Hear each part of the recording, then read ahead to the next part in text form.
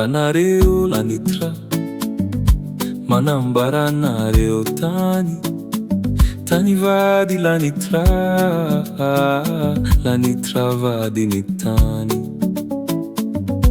Manambara zoro tany efatra, lafiny tany valo, zafiny mbola mena, dorian mbola fotsy. Manambaranareo Zanahary, tompony tany ity. O Zanahary, Zanahary tompony tany, ireo manankasina ny votany, andriana mpoy ny merina, sy ireo mitondra sina. Tsy poky, tsy valavy, tsy valakakazo, manambaranareo Ndranahary anabo. Dra mitety lanitra, dra manava lanitra, jo bibe ny tany, biby lay danitra.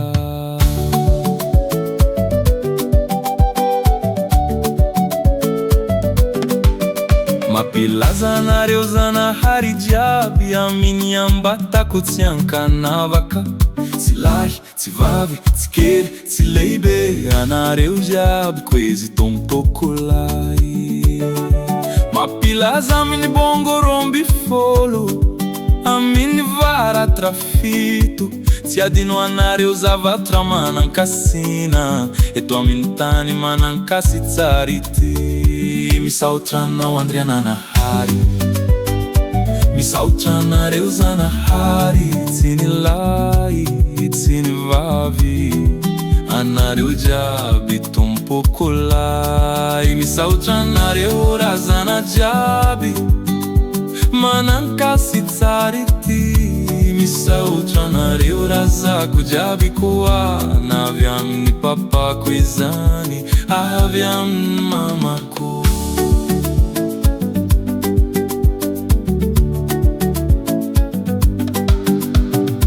Misaotra ny fanahy masina rehetra, izay miasa eto ambony tany.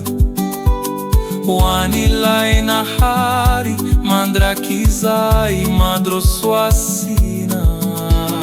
Jely lavy tsy tia lavy, boka avy any Majunga,